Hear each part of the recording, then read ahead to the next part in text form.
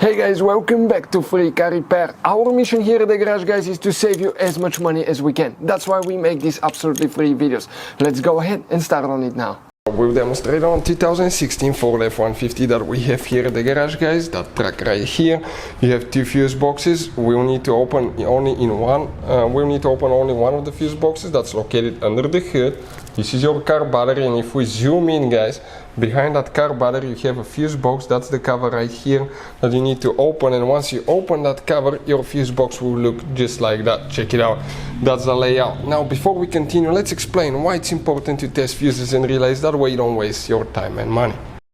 So let me explain why it's super important, guys, to test fuses. Fuses, not often you can see if they're burnt or they're good. Sometimes they may seem perfectly fine, you think it's a good fuse, you put it back in, and you end up spending money and time on parts and problems that do not exist, guys, when all you had to do, test your fuse, find out it's bad, replace it, fix your problem. So we will have a video how to test a fuse, okay, different kinds of fuses, and how to test relays, guys. We're going to put the link in the description of the video below, specifically to that video. Please check it out. So guys, you can see you may have all kinds of different fuses, relays that could be Ford specific, and if you blow one in the middle of nowhere, a small town, you may have a really hard time finding one, or they can be ridiculously overpriced.